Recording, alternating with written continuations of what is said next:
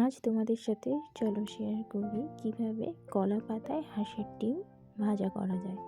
এর জন্য প্রথমে আমি 4টে হাঁসের ডিম নিয়ে নিয়েছি এবং সেই ডিমগুলোকে আমি ভালো করে সিদ্ধ করে নিয়েছি। এবারে দেখো ডিমগুলোকে আমি সিদ্ধ করে তারপরে নিয়ে নিয়েছি কিছু কাটা রসুন, আর নিয়েছি কুচিয়ে করে কেটে রাখা পেঁয়াজ, আর নিয়েছি আদা, আর আমি এই ডিমে দেওয়ার জন্য নিয়েছি কুচি কুচি করে কেটে রাখা আলু। এই আলুটা কিন্তু যখন আমি এই আলুটা দিয়ে ডিমটা ভাজবো, এই আলুটার স্বাদে কিন্তু সবথেকে বেশি লাগে। এরপরে আমি একটা মশলা বেটে নেব, যার মধ্যে দিয়ে দেবো কালো সর্ষে, সাদা সর্ষে, কাঁচা লঙ্কা, 2টো শুকনো লঙ্কা, আর গোটা জিরে, আর দেবো নুন, হলুদ, আর সর্ষের তেল, আর সামান্য পরিমাণে জল দিয়ে ভালো করে মশলাটাকে আমি পেস্ট করে নেব। এই মশলাটা ছাড়া কিন্তু আর কিছুই এর মধ্যে লাগবে না। এখানে নুন হলুদটা দেওয়ার কারণ হলো যেন মশলাটা খুব ভালো করে পেস্ট হয়, আর সর্ষে দিয়ে একটা তিতকুটে হওয়ার ভাব থাকে, সেটা কিন্তু এই নুন হলুদটা দিলে আর তেলটা দিলে কিন্তু একদমই থাকে না। দেখো আমি এখানে জল দিয়ে মশলাটাকে কিন্তু ভালো করে পেস্ট করে নিচ্ছি মিক্সিতে।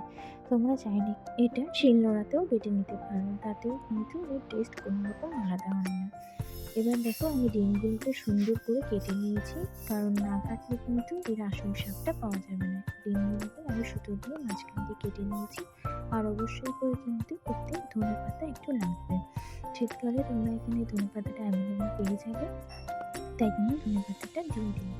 আর ধনে পাতা না দিলেও কিন্তু এর টেস্টের কোনো অন্যরকম হবে না, ধনে পাতাটা দিলে টেস্টটা একটু ভালো হবে। তো দেখো এরপরে আমি ডিমটাকে মাখিয়ে নিচ্ছি। এর জন্য আমি ডিমটা একটা পাত্রে নিয়ে নিয়েছি, তারপরে যে মশলাটা আমি বেটে রেখেছিলাম সেই মশলাটা কিছুটা পরিমাণ দিলাম, আর দিয়ে দিলাম সামান্য পরিমাণে নুন, হলুদ, আর সর্ষের তেল। এটা দিয়ে আমি এটাকে ভালো করে মাখিয়ে নিচ্ছি। দেখো কত সুন্দর করে মাখাতে হবে, যত সুন্দর কিন্তু মাখানো হবে তত সুন্দর কিন্তু এর টেস্টটা হবে। দেখো দেখেই বুঝতে পারছো এটা কতটা লোভনীয় হতে চলেছে। এরপরে দেখো আমার মেন কাজ যেটা হচ্ছে কলা পাতাটাকে আমার রেডি করে নেওয়া। কলা পাতার মধ্যে আমি একটু নুন আর সর্ষের তেল মাখিয়ে নিলাম। এই যে মাঝখানে যে সাদা জায়গাটা দেখছো, এটা হচ্ছে সামান্য আটা দিয়ে আমি এটাকে সিল করে নিয়েছি, যেহেতু একটু সামান্য ছিদ্র ছিল তাই। তো এরপরে দেখো ডিমগুলোকে সাজিয়ে দিলাম কত সুন্দর করে। ডিমগুলোকে এর মধ্যে আমি পাশ দিয়ে সাজাবো, এবং মাঝখানে একটা আলু কেটে রেখেছিলাম, সেই আলু, পেঁয়াজ, রসুন, তারপরে এর মধ্যে দিয়ে দেবো ধনে পাতা কুচি, নুন, হলুদ, সর্ষের তেল, এবং যে মশলাটা বেটে রেখেছিলাম সেই মশলাটা সমস্ত কিছু দিয়ে ভালো করে কিন্তু এটাকে ম্যারিনেশন করতে হবে। এইটা ম্যারিনেশন করে তারপরে কিন্তু কিছুক্ষণ রেখে দিয়ে আমি এটাকে কিন্তু ওই ডিমের মাঝখানে দিয়ে দেবো। এটা কিন্তু ডিমের থেকেও টেস্ট লাগে খেতে, কারণ এটাই হচ্ছে আসল স্বাদ। দেখো এটাকে কত সুন্দর করে মাখানো হচ্ছে। এটা যত মাখানো হবে তত কিন্তু এর টেস্টটা এনহ্যান্স হবে। এটা খুব সুন্দর করে আমি মাখিয়ে নিচ্ছি। দেখো কতটা সুন্দর করে এটাকে মাখানো হচ্ছে। এই আলুটাকে আমি সুন্দর করে মাখিয়ে নিয়ে এই যে ডিমটাকে চারি সাইড দিয়ে দিয়েছি, আর মাঝখানে দেখো এই আলুটাকে দিয়ে দিয়েছি। এবার দেখো দেখেই কতটা সুন্দর লাগছে। এবার যদি খেতে কতটা ভালো হবে তাহলে তো বুঝতেই পারছো।